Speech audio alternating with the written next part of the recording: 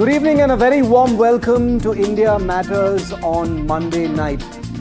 Now, weeks after the AI171 crash tragedy, there is one aspect of this disaster that hasn't been spoken about in the mainstream media. It's been spoken about on social media, it's been conjectured about on WhatsApp groups, it has done the rounds on the interwebs, but for the first time now, it has gotten an official stamp. The junior Minister for Civil Aviation, Minister of State Muralidhar Mohol, has confirmed on record to NDTV what had only been whispered so far, that sabotage, when asked, is also being officially investigated as a possible cause in the Air India AI171 flight crash that killed 272 people in Ahmedabad. Now, let's be absolutely clear. Sabotage was an instinctive theory for many, especially because the scale of the tragedy was so unimaginable and instant. Anytime an airliner drops out of the sky in such catastrophic fashion, the human mind reaches for reasons beyond error or failure. And so, yes, the idea of foul play or sabotage was floating in the early hours after the crash. But here's the thing, at NDTV, we've made a conscious editorial decision not to sensationalize this possibility because throwing the word sabotage into the public domain without evidence is dangerous. It can sow panic, ignite conspiracy theories, and distract from the critical forensic work investigators need to do and are doing at this point of time. They don't need the distraction of a public wave of fear over sabotage on flights. But that changed over the weekend because when a union minister goes on record agreeing that sabotage is a line of investigation, the conversation becomes exponentially bigger. This is no longer just social media chatter or fringe speculation. It becomes literally a formal subject of this investigation. But this also means the stakes are now much higher. If sabotage is ruled out, the public deserves to know that transparently and quickly. And if it is proven, then we're looking at something far more troubling than a tragic accident. We're looking at a possible attack. For now, and we do not wish to jump the gun, the only responsible thing is to report that the Aviation Accident Investigation Board of India is investigating all angles, including this darkest one that I've just named, and that has just been confirmed by the aviation minister. And we'll be here to ask the tough questions, not leap to easy conclusions. ये एक बहुत ही दुर्भाग्यपूर्ण घटना है और उसके बाद immediately EIB के माध्यम से उसकी जांच शुरू हो गई. उसी एयरक्राफ्ट में ब्लैक बॉक्स मिला, वो ब्लैक बॉक्स भी अभी EI के कस्टडी में है, उसकी इंक्वायरी चल रही है. उसमें अभी जो डाटा है वो डाटा भी शायद अभी वो ट्रांसफ़र होगा, उस पर कुछ ना कुछ तो सामने आएगा. अभी उसमें उसका कारण क्या है, इस दुर्घटना का कारण क्या है, इस पे अभी कोई मुझे नहीं लगता कि कुछ बता सकते, क्योंकि अभी तो जांच उस पर चल रही है. लेकिन ये बहुत ही रेयर घटना है, ऐसा कभी नहीं हुआ कि दोनों इंजन एक साथ बंद हुए. ये कुछ बर्ड हिट्स का इशू है क्या, इंजन में कुछ टेक्निकल प्रॉब्लम है क्या, फ्यूल सप्लाई कुछ बंद हुआ है क्या, दोनों इंजन एक साथ बंद क्यों हुए, तो ये ब्लैक बॉक्स के माध्यम से ही पता चलेगा. क्या सैबोटेज के एंगल से भी जांच हो रही है? सभी एंगल से जांच होगी, सभी एंगल से जांच होगी कि एक्चुअली क्या रीज़न है. So the junior aviation minister says सभी एंगल से जांच हो रही है to a direct question over sabotage being one of the possible angles. Now here, remember on NDTV, we do not avoid topics no matter how controversial they are. We throw light on them, we illuminate them, and we try and demystify why precisely sabotage is confirmed now to be one of the angles under investigation. We will make sense of this for you with some scenarios as well as expert voices. First of all, what is sabotage and what kind of sabotage could have actually happened if indeed that is the case right now? We are theorizing, we are speculating, but you will understand why I'm giving you this context. Angle number one, there could be something called maintenance level sabotage. Angle number two, There could be cut wiring, loosened components. And the reason why we are saying this is because these have happened in flights in the past. Angle number 3, deliberate fuel contamination is a possibility. Angle number 4, tampering with hydraulics or avionics. And angle number 5, some kind of a possible internal security breach. Now, let me paint you a picture of what sabotage could theoretically, hypothetically look like, and what the investigation is investigating, what it is looking into very closely. A scorching summer afternoon in Ahmedabad it was that day. Air India 171 is cleared for takeoff. It's a Boeing 787 Dreamliner jet, majestic, massive, full of fuel, and 272 people on board. Nothing seems off. We've all seen the video of the plane taking off, but within 32 seconds, the aircraft has crashed into a building. This is something we all know happened. Now rewind and imagine sabotage as the minister is confirming is part of the probe. Not an explosion, not a hijacking, but something possibly far more insidious, surgical, and technical. Now the investigation is on, but India's Minister of State for Aviation confirms that sabotage is an angle being probed. So let's begin with some theoretical scenarios, and the only purpose of these scenarios is to illuminate an issue rather than avoid it and lead to rumor mongering. Sabotage scenario number 1, landing gear locked down is what some people have said. Now picture someone, perhaps a rogue technician, accessing the gear bay during overnight maintenance. They insert hidden mechanical locks to override the uplock sensors. As AI171 takes off, the crew cannot retract the gear. That's a big penalty, but survivable, except here, the ram air turbine, which we told you about here on NDTV in one of our broadcasts, deploys, suggesting the plane lost hydraulics or power within seconds. Something more is probably going on. Hypothetical sabotage scenario number 2, the ram air turbine deploys deliberately. Now, look at the pictures that we have on our screen. The ram air turbine is a last resort device that only deploys when both engines fail or the hydraulic system collapses. Imagine if someone manually cross-wired the deployment trigger or sabotaged a pressure sensor to fool the aircraft into thinking it had lost power. Within seconds of rotation, which is taking off, a rat drops, creating turbulence and additional drag on the aircraft, and more importantly, signaling that the aircraft systems are already in chaos. I remind you once again, viewer, this is to illuminate the sabotage theory. Scenario number 3 when it comes to sabotage, flight control surface tampering. The flaps, crucial for low-speed lift, remain a mystery. Were they extended? Were they sheared off or misconfigured by a malicious software upload to the flight control computer? Or worse, what if the hydraulic actuators were tampered with, making the aircraft unresponsive to pilot input? A saboteur with inside access could easily reverse flap movement direction or partially disable spoiler function. The result, a nose that lifts only to a certain extent, but we did see the nose lift. A plane that struggles to climb, we saw that happen. A cockpit that feels like it is flying a dead weight. Scenario number 4, hypothetical scenario number 4. The fuel line or engine sensor is sabotaged. And now to the engines, the main part. Both appear to have flamed out right during the ascent, seconds after taking off. That doesn't happen unless you lose fuel flow or key sensors fail. Picture some kind of a deliberate blockage in the fuel line.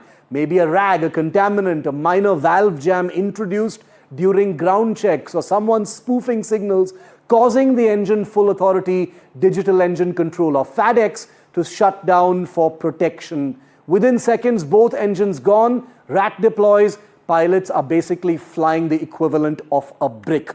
And finally, scenario number 5, flight control computer manipulation. This one is the stuff of modern aviation nightmares. A code injection, software code, a malicious tweak to the flight control logic by someone who understands the system architecture, as far-fetched as it sounds. Imagine if the aircraft's software was altered, so the moment the wheels left the ground, a series of subtle but catastrophic miscommands were sent to the control surfaces or thrust. It wouldn't show up in pre-flight checks, but once airborne, But so now we zoom out. The aircraft is at 600 feet in the air. The ram air turbine is deployed, gear down, flaps in some unknown state, both engines fading. The pilots are fighting with every muscle and instinct, but in just 32 seconds, it's over. If this was sabotage, and it is a big, big remote if, my friends, it wasn't crude, it was sophisticated, precise, and invisible until it was too late. And that's what makes this angle of sabotage, as unlikely as it very probably is, now officially part of the investigation, so chilling. Because this wouldn't be a story about failure. In the off chance that any of these angles is true, and I'm quite sure they're not for some reason, then this wasn't an accident. But let's hear from the experts, because as someone who isn't a pilot, who can only go by what the minister has said, saying yes, sabotage is also being investigated, let's hear from the experts. Captain Sam Thomas is president of the Airline Pilots Association of India. Captain Kishore Chinta is an aviation safety expert, chief pilot with Sirius India Airlines Private Limited. And Captain M.R. Wadia is a senior expert, founder, president of the Federation of Indian Pilots. Thank you, gentlemen, for being with me. This is a sensitive topic. And the reason why on NDTV we decided to do it, not only because the minister confirmed on the record that sabotage is one of the angles being investigated, but we felt that, addressing this issue head on will hopefully, illuminate it and bust some myths that may be in people's minds. Captain Thomas, I'd like to kick it off with you. What do you think of this sabotage angle, the minister saying that it is being investigated as well? Shiv, good evening. First of all, whether the minister says or not, every crash, the sabotage angle is always looked into. And that's just one of the routine things that is done. And what we are specifically demanding is whatever realm you are investigating, make it transparent. Try and get, if a judicial inquiry headed by a judge rather than the AAIB, which is an apology of an organization which does not have investigators trying to solve something that they cannot. And more importantly, inadvertently, we feel through the observation that the media itself is being played by somebody outside India, because the kind of experts that are coming in, or so-called experts that are coming in and giving the opinions, now everybody has given every possible opinion. And now there is, you remember that the media reported that the DFDR is completely damaged and therefore it needs to be sent to the United States. With a lot of hue and cry made by our organization, we believe that we did make substantial noise to ensure that it is at least not left our shores as far as we know. Therefore, now whatever you are coming to a conclusion about is all wrong. And whoever is saying we've gone through a lot of footage of what is being done, and as an organization, Alpa India is now collating all the footage that so-called experts have given to debunk the theories what they have given. And as far as NDTV is concerned, it is a premium channel. You don't expect even a semblance of false news to come from NDTV. Yeah. You're asking the right questions, Shiv. And please do continue to ask those questions. We'll try and answer to the best of our ability and keep the transparency up. Absolutely. And that is something we will never compromise on NDTV. Captain Thomas, thank you for that affirmation. It means a lot to us because this is a story where people are still waiting for answers. Many families are running out of patience as well, but the process must happen. Captain Kishore Chinta, your take on the sabotage angle. It is true that every accident, does look at the possibility of foul play as well. Given everything we know so far in this particular case, why, in your view, would the minister confirm at this stage that sabotage is also being looked at? Good evening, Shiv. Thank you for having me on the show. And as Captain Sam said, and the ICAO Annexure 13, which defines air accident investigation, sabotage is just one more of the probable causes, which is part of any aircraft accident investigation. So The minister seems to be have mentioned it in passing that all the other scenarios which he mentioned. So I don't think we need to make a hue and cry. It's not that it was not official before the minister mentioned it. It was always part of the purview of the AIB. Yeah. And like Sam said, the main cause of concern, which you have been asking, which a whole lot of us have been asking, is the lack of an flight operations investigation team, which should be a qualified pilot on the type, who is not part of the investigation team based on the press release. Neither is there an engineer who would, look into the airworthiness angles as far as investigation is concerned. Also not part of the investigation team. These are two main concerns. And none of us have seen the order for this investigation, which states that the DGAIB is going to head the investigation. We don't want to make a comment on what is his capability of investigating a civil aviation serious accident as catastrophic as this. Okay. We don't want to cast aspersions on his capability, but at the same time, the composition as released by the press release is leading us to believe that something is amiss, or the lack of experts, as Captain Sam brought out. ALPA has been writing to the AIB, insisting that industry experts may be empaneled. They've offered to, provide industry experts to the AIB, but all that has, just been banging our heads against a concrete wall. I'll come back to this aspect of the probe team itself. I just wanted to get the opening comments on this sabotage angle, and I actually appreciate all of you saying that this is only one other angle that's being investigated, because that honestly and quite frankly is precisely what the flying public needs to hear right now, because there are many others who are blowing up this entire sabotage angle like it is the only thing being investigated, which, as you all know, is far from the truth. I'll come back to the probe team's composition and transparency. I'll come back to you, Captain Chinta, on the probe team issue. But Captain Wadia, your opening comments on this sabotage angle, you've heard what the previous two captains have said as well. Could you throw some light and give us your view on that? I'll agree 100% on what both the pilots have said about sabotage issue, but let me elaborate first, which will cover a wide aspect of it. For more than 50 years now, we've been hammering at the government to have an independent safety board in India, which did not ever exist to start with. We've made some progress, I would say some progress. We have a body now, which is certainly not independent of the safety board. It is not totally free of the government influences, so it has to be an independent safety board, which is not right now.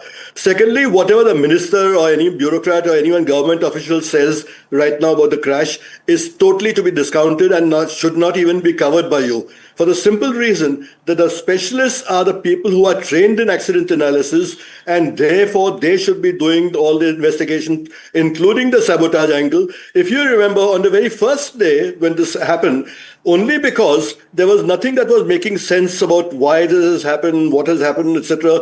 I just mentioned on the first day itself, it is possible it could be sabotage. And that doesn't mean that it is only cause or should be investigated.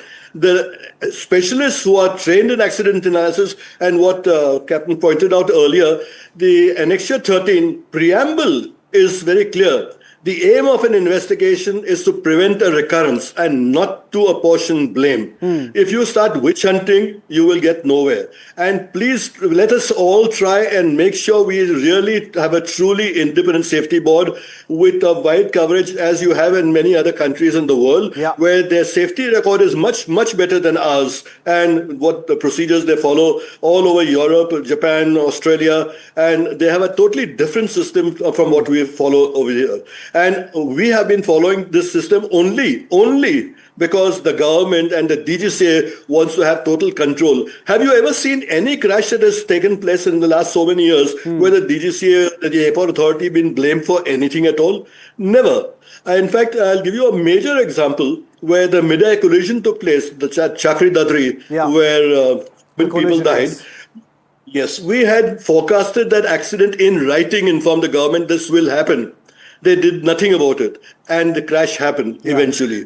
So therefore, and was anyone blamed for it? Was the DGCA blamed for it? Was the airport authority blamed for it? No one.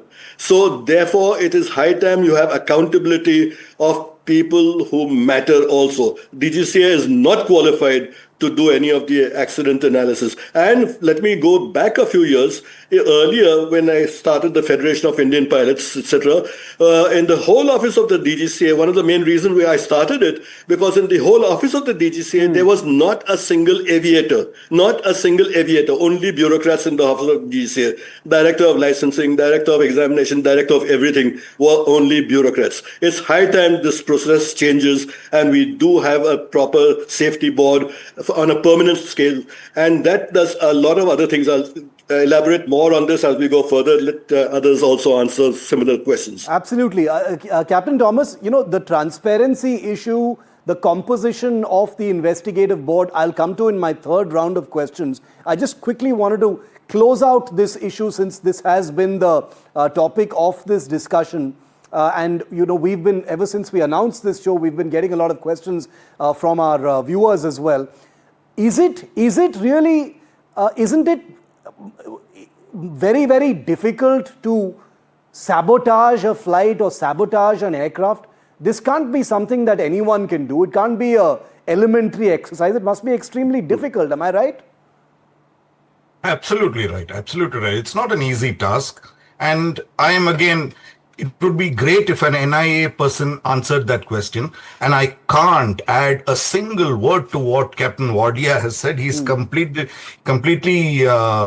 put that topic to rest with his explanation. Yeah. And as far as sabotage, you must understand that we are an over-regulated society as far as the security is concerned. If you notice, Shiv, when you just go as a normal passenger to board a flight, there are 9 places where people check your boarding card. Correct. So to the point that you are irritated at no other country has that. No other country in the world has that. So for somebody to go into an airport, I'm not saying that it's not possible, but for somebody to explain those 5 scenarios that you mentioned at the beginning of the program, I would say very, very, very difficult. Yeah. And I can't think of somebody who can make that happen. But in today's day and age of technology, let the transparent, in fact, what we wanted was, for the first time in the world, let's have the doyens of the media, you and the rest of the people who have been in the media for so long, be present while this investigation. What have we got to hide? Let the Supreme Court of India transmits its program via television. So why can't we do this? Interesting, very interesting view there. Captain Chinta, same question to you. Difficult to sabotage an airline. It's a word that has been thrown around. Captain Wadia mentioned it on the day, but he's put that issue to rest now. But obviously, this is not as easy as it sounds, right? Captain Chinta, can you hear me? Yeah, I can hear you. Shiv, to start with, what I was trying to say earlier is that the biggest sabotage right now happening is the reputation of the Indian aviation industry. There seems to be a concerted effort, like Sam said, from various so-called experts from outside of India, which various media channels, not talking about NDTV, like we in fact did a story talking about those experts from outside who are saying those things. There seems to be a sabotage angle on that front, where everyone seems to be now suddenly questioning the credibility of Indian pilots, Indian engineers, Indian regulatory authority, Indian safety oversight, everything. Just because we are one of the largest, aviation industries, fastest growing aviation industry, suddenly that's supposed to be one of the main sabotage angles we should be looking into, actually. All these external agencies should be reported to like Sam has said earlier, they've written to, Alpha has written to FAA, we should be singling out each of these people that they're doing more disservice to the aviation industry, not just in India, but globally. So that is what needs to be curbed as of now. Give me some examples of that, Captain Chinta. Who precisely are you talking about? What are you talking about? So the latest has been aviation litigator giving expert comments on the electrical system of the Boeing 787 and a possible, shutdown of the electrical power So I don't know. I'm not an engineer qualified on the 787. Probably 3 decades of flying experience still wouldn't give me the know-how to comment on the electrical system of the Boeing 787. It seems to be like a ChatGPT and WhatsApp University Gyan being dished out by most of these experts. As a industry, we should condemn, as well as the media should be, calling out all these so-called experts and getting them to, tone down whatever they. Of course, it's a free world. You can say what you want. But you're not right. At the cost but of. Captain Chinta, you're right, and I'm glad you've mentioned this because on NDTV 2 weeks ago, I did a show where we actually listed some of these experts who had jumped the gun and were concluding that it was pilot error before there was any information out there as well. And we do know this is a large international aviation ecosystem with many wheels within wheels. But Captain Wadia, I want you to comment on this suggestion that the real sabotage is coming in from the outside. That is quite alarming. But, from within the system, what does that look like? Do you agree with that? I wouldn't even like to debate right now on this issue of sabotage. Leave it to the specialists. Leave it to the pilots who are trained. No, I mean sabotage to do their job. from the outside, sir, of the probe.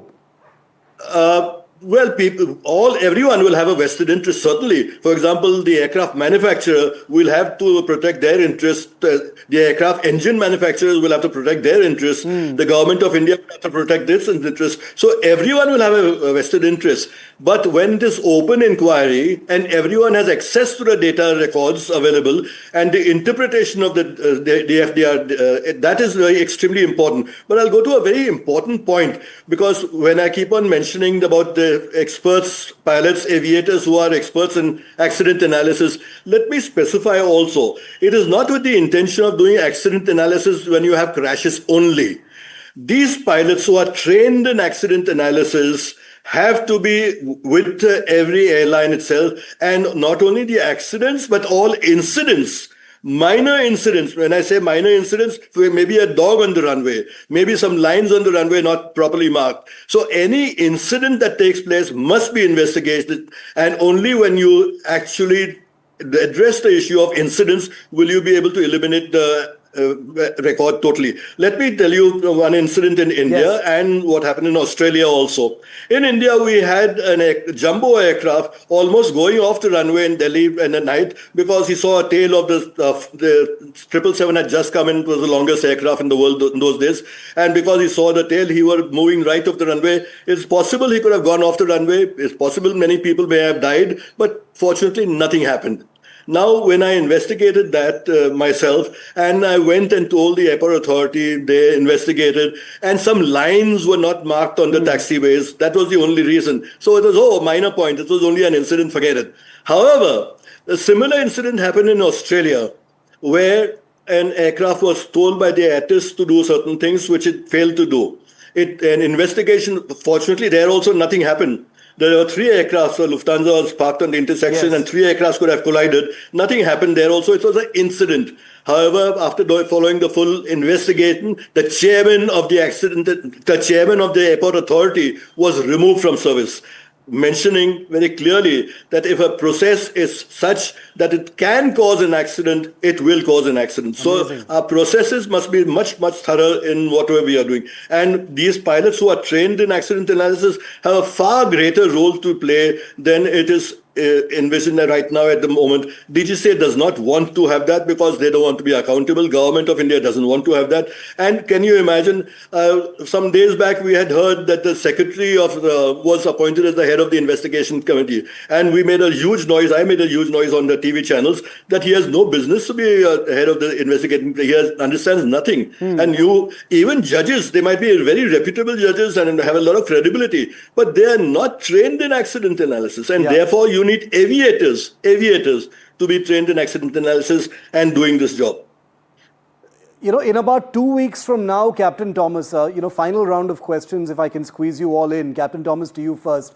In about 2 weeks from now, perhaps some kind of a preliminary findings record will have to be made public, or at least it is hoped that some of that will be made public. You're clearly not satisfied with the way the probe is compositioned at this point of time. Am I right? That's correct. The first thing, if you notice, is as per Annex 13, you are supposed to give a preliminary report in 30 days. Yeah. You didn't even know what to do for the first 20 days. You did not appoint somebody in charge of the AAIB. The AAIB does not have the requisite personnel. All that we got was a statistic of how many seats are to be filled in DGCA are left vacant and in the AAIB as well. So therefore, we have a paucity of, time and therefore we would not be able to do it in the first 30 days. The first anticipatory bail that they took is that we'll give it to you in 90 days. Be that as it may, if you're going to do a good job, do it in 90 days, no problem.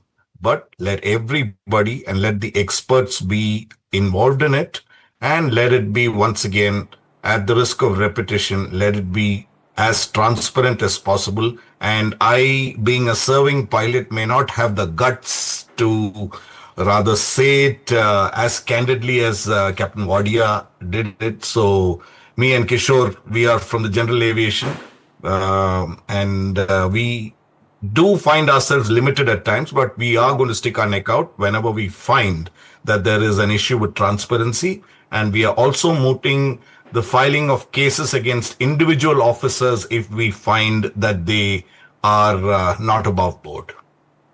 Okay. Captain Thomas, Captain Chinta and Captain Wadia, I'm out of time. I did want to ask some more questions, but I have a feeling we will be doing more such shows, shining the light, asking the difficult questions and getting sensible viewpoints on these controversial issues that tend to go viral because they are, there's a lot of mystery around what happened to this aircraft. And therefore, that was the purpose of this show. It was not to sensationalize. Otherwise, we would not have called three stalwarts like the three of you. So I thank you for your time. Thank you for putting your perspective on a story that is still shape-shifting, to be honest. And hopefully there will be more accountability and transparency in the 2 weeks that we have left before we get an interim official sense of what happened to Air India Flight 171. Thank you, gentlemen, for being with me.